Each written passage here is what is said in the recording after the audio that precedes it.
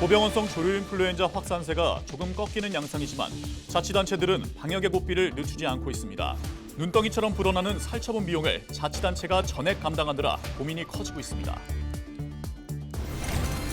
부안군 의원 의정활동비가 110만 원에서 150만 원으로 인상하는 안이 논의되고 있습니다.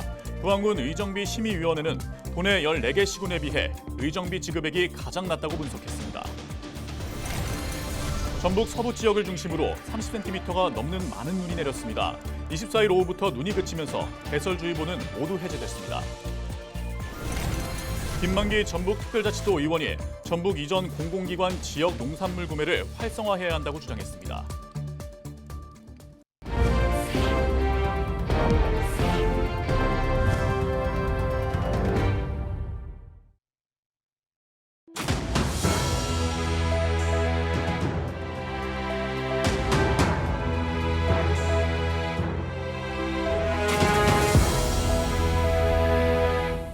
시청자 여러분 안녕하십니까? 헬로티비 전북뉴스입니다. 고병원성 조류인플루엔자 확산세가 조금 꺾이는 양상이지만 자치단체들은 방역의 고삐를 늦추지 않고 있습니다. 그런데 눈덩이처럼 불어나는 살처분 비용을 자치단체가 전액 감당하느라 고민이 커지고 있다고 하는데요. 정명기 기자의 보도입니다. 산란계 농장들이 밀집한 김제시 용지면. 지난달 들어 이 지역에서만 농장 9곳에서 고병원성 조류인플루엔자가 발생했습니다. 예방적 차원에서 다른 농장의 닭과 오리까지 148만여 마리가 살처분됐습니다. 가금류 사육이 전북에서 두 번째로 많은 곳이 김제인데요. 지난달 모두 31개 농장에서 165만 마리가 넘는 가금류가 살처분됐습니다.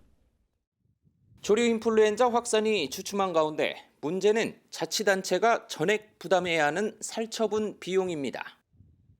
김제시의 경우 200여억 원의 예비비 가운데 이미 절반에 가까운 99억 원을 끌어다 썼습니다.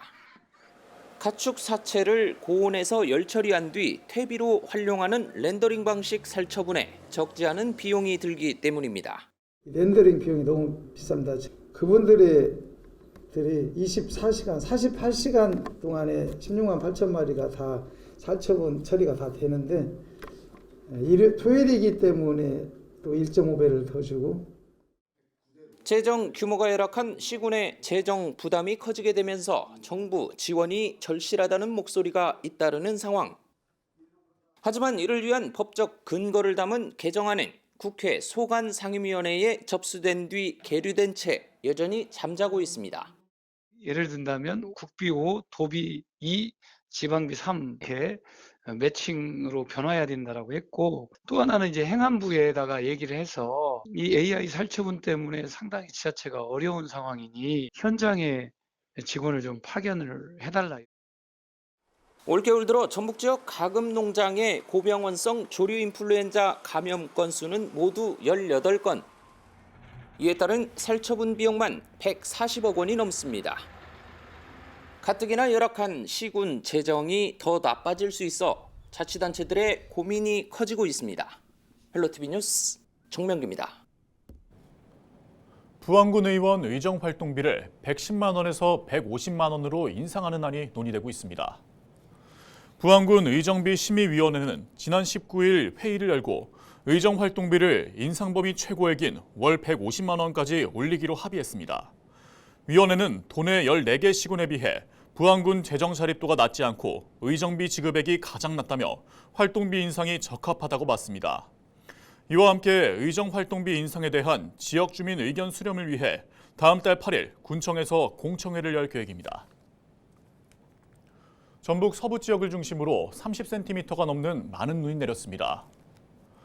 전주 기상지청은 24일 오전까지 누적 적설량은 순천 복흥 31.8cm, 정읍 27.9cm, 고창 20.1cm였다고 밝혔습니다. 이날 오후부터 눈이 그치면서 대설주의보는 모두 해제됐습니다. 눈과 한파로 인한 피해는 수도 계량기 동파 12건이 접수됐습니다. 또 남원 육모정에서 호랑골 가든 5km 구간과 고창 솔제, 방곡에 등 4.7km 구간이 이틀째 통제됐습니다.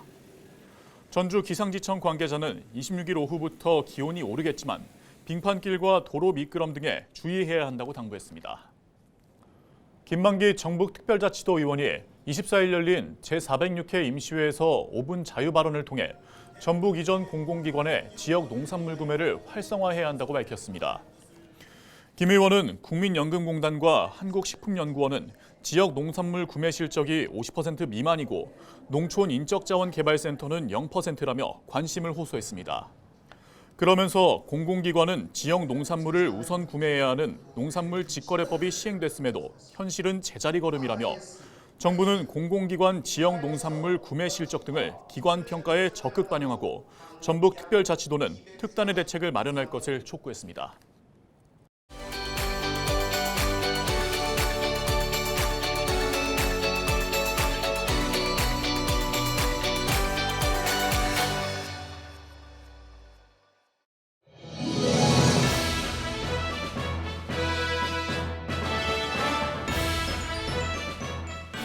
국회의원 선거가 석 달 앞으로 다가왔습니다. 선거 달력을 한번 넘겨볼까요? 가장 먼저 기억할 날짜는 2월 10일입니다. 선거 60일 전인 이날부터는 지방자치단체장들의 행위에 제약이 따릅니다. 행사를 개최하거나 후원하는, 그러니까 선거에 영향을 미칠 수 있는 행위는 하면 안 됩니다. 더불어 해외에서 투표하려는 재외선거인은 이날까지 등록을 마쳐야 투표할 수 있습니다. 이번엔 3월로 가볼까요? 이달부턴 본격적인 총선 레이스가 시작됐는데요. 21일부터 이틀 동안은 후보자 등록 기간입니다. 뒤이어 28일부터는 공식 선거운동이 시작됩니다. 거리 유세나 토론회, 벽보까지 우리가 흔히 알고 있는 선거운동은 이날부터 허용됩니다. 후보자뿐 아니라 유권자도 선거운동에 참여할 수 있는데 정해진 규정은 반드시 지켜야 합니다. 특히 누구든지 이번 선거부터는 AI 기술을 활용해 후보자의 사진과 영상을 제작해 유포하면 안 됩니다. 선거운동에 대해 궁금한 점이 있거나 위반 내용을 신고하고 싶다고요? 그렇다면 국번 없이 1390으로 하면 됩니다. 계속해서 달력으로 돌아가서요. 29일에는 선거인 명부가 확정됩니다. 각 선거구별로 투표할 사람이 정해지는 겁니다. 자, 이제 선거가 치러지는 4월로 가보겠습니다. 5일과 6일에는 사전투표가 있습니다. 이틀 동안은 자신의 주소지가 아니더라도 전국 어느 사전투표소에서나 투표할 수 있습니다. 총선 여정의 마지막 날입니다. 4월 10일, 22대 국회의원 선거일입니다. 오전 6시부터 오후 6시까지 이렇게 투표가 이뤄지고요. 투표 마감 직후엔 개표가 진행됩니다. 앞으로 4년 동안 임기를 수행할 22대 국회의원은 이렇게 선출이 됩니다. 투표하는 한 걸음, 미래를 위한 큰 걸음. 이번 선거를 앞두고 열린 선거관리위원회 공모전에서 높은 점수를 받은 문구입니다. 미래를 위한 큰 걸음을 내디딜 시간. 유권자 여러분과 가장 가까운 케이블 TV도 함께하겠습니다. 슬기로운 유권자 생활 이세진입니다. 장사가 잘 되나 안 되나 두루두루 좀 살펴주시고 선거 때만 나와서 뭐 어떻게 해주시겠다 하지 말고 그냥 평상시에도 가끔씩 들려서 친구처럼 이웃처럼 와서 한 번씩 봐주시고 장사가 잘 된다나 한번 둘러봐 주시면 참 좋은데 경기가 안 좋아 장사가 너무 안 돼 그런 거 좀 신경 좀 많이 쓰시는 국회의원이 나오셔서 해주셨으면 좋겠어요. 실현이 가능한 공약 그런 걸 해줬으면 좋겠다. 말도 안 되는 옛날 우리 학교 다닐 때 두발 자유하겠습니다. 학생회장 항상 단골 멘트 한 번도 낸 적 없거든요. 그런 것처럼 말도 안 되는 거 하지 말고 진짜 이루어질 줄만 하고 그렇게 해줬으면 좋겠습니다. 국민들이 편안하게 살 수 있는 그런 정책을 펼쳐가지고 정치를 좀 해줬으면 좋겠어요. 서로가 타협해가지고 이거를 해결을 해야 되는데 무조건 상대방을 헐떡고 그러니까 이게 일이 되는 게 없잖아요. 앞으로 그런 것 좀 없었으면 좋겠어요. 한국 케이블 TV 방송기자협회와 중앙선거관리위원회가 제22대 국회의원 선거를 앞두고 올바른 선거 문화 확산을 위해 협력하기로 했습니다. 양측은 업무 협약을 체결하고 공정한 선거 문화 정착을 위한 콘텐츠 제작과 홍보 활동을 함께 진행할 예정입니다. 공동 제작 콘텐츠는 선거 정보와 유권자 인터뷰로 구성되며 매주 수요일 케이블 TV 지역 뉴스와 지역 콘텐츠 통합 플랫폼 가지를 통해 시청할 수 있습니다. 이번 제22대 국회의원 선거에서도 우리 케이블TV 기자들은 정확하고 책임 있는 선거보도로 지역사회 건전한 공론장을 만들어 유권자의 올바른 선택을 도울 것입니다. 유권자가 꼭 알아야 할 맞춤 선거 정보와 선거 절차 콘텐츠를 공동 제작하여 방영하는 등 공명선거 분위기 확산에 최선을 다하도록 하겠습니다. 부안해양경찰서가 설 명절을 대비해 농축수산물 밀수와 같은 민생 침해 범죄를 특별 점검합니다. 해경은 다음 달 16일까지 밀수와 유통, 원산지 둔갑 판매, 매점 매석 등 시장 유통 질서를 교란하는 행위를 집중 단속합니다. 해경은 위법 행위를 발견하면 적극적으로 신고해 줄 것을 당부했습니다. 실종된 80대 치매 노인이 경찰에 의해 구조됐습니다. 김제 경찰서에 따르면 금산파출소는 지난 22일 새벽 0시 반쯤 89살 노인이 생활용품을 사러 외출한 뒤 돌아오지 않았다는 부인의 신고를 접수했습니다. 신고를 받은 경찰은 수색 8시간 반 만인 같은 날 오전 고가 고속도로 아래에서 추위에 몸을 웅크리고 있는 노인을 발견해 구조했습니다. 경찰 관계자는 당시 영하의 날씨에 눈까지 내려 자칫 생명까지 위험할 수 있는 여건이었다며 가족에게 무사히 인계했다고 밝혔습니다.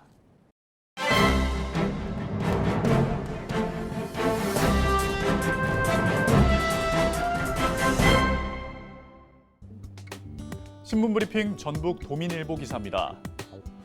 오는 이말 3초로 예상되는 22대 국회의원 선거구 획정 이후 정치적 후폭풍이 만만치 않을 전망이라고 하는데요. 정치권에 따르면 국회 정개특위의 일정대로라면 22대 총선을 치를 선거구 획정은 2월 말 혹은 3월 초 이루어질 것으로 보인다고 합니다. 현재 민주당은 선거구 획정위원회의 전북 9석 축소안과는 관계없이 국회 정개특위 논의 과정에서 전북 10석을 유지한다는 방침을 확고히 하고 있습니다. 하지만 전북 국회의원 의석 유지와는 별도로 전북 내부에서 선거구 획정을 둘러싼 논란은 점차 거세질 것으로 보이는데요. 실제 인구 하한선에 미달된 남원 임실 순창 선거구의 재획정을 두고 총선 후보 당사자들은 물론 해당 지역 유권자들의 반발 역시 적지 않은 상황이라고 합니다. 선거구 획정 이후 전북이 22대 총선뿐만 아니라 2년 후 지방선거 때까지 심한 몸살을 앓을 것으로 예상된다고 하는데요. 민주당 전북 내부의 중로는 남원 임실 순창 선거구를 완주 진안 무주장수 선거구와 통합해 2개의 선거구로 재획정하는 것이라고 합니다. 지금까지 신문브리핑이었습니다.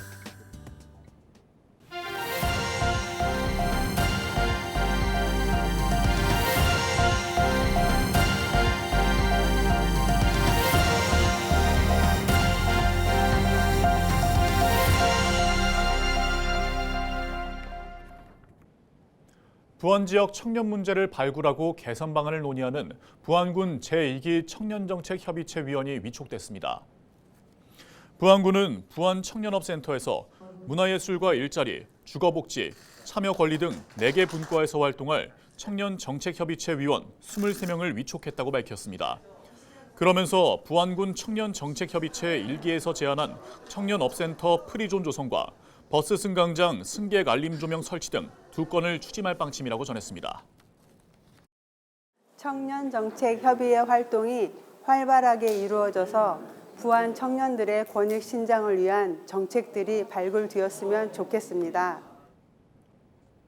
정읍 시가 오는 29일부터 다음 달 1일까지 읍면동 행정복지센터에서 새 농업인 실용교육을 진행합니다. 이번 교육은 벼와 고추 등에 대한 영농기술뿐만 아니라 지난해 영농상 문제점과 개선 방향에 대한 교육도 진행됩니다. 또 농약 허용물질 목록 관리와 농익 직불금 제도, 달라지는 농정 시책 등에 대한 교육도 진행됩니다. 정읍시 관계자의 설명 직접 들어보시죠. 농업인 실용 교육을 통해서 지역 농업 경쟁력 제고와 소득 증대에 기여하고 미래 농업을 선도할 인재 육성을 위해 최선을 다하겠습니다. 이상으로 뉴스를 마칩니다. 저희는 언제나 지역민 여러분과 함께합니다. 시청해주신 여러분 고맙습니다.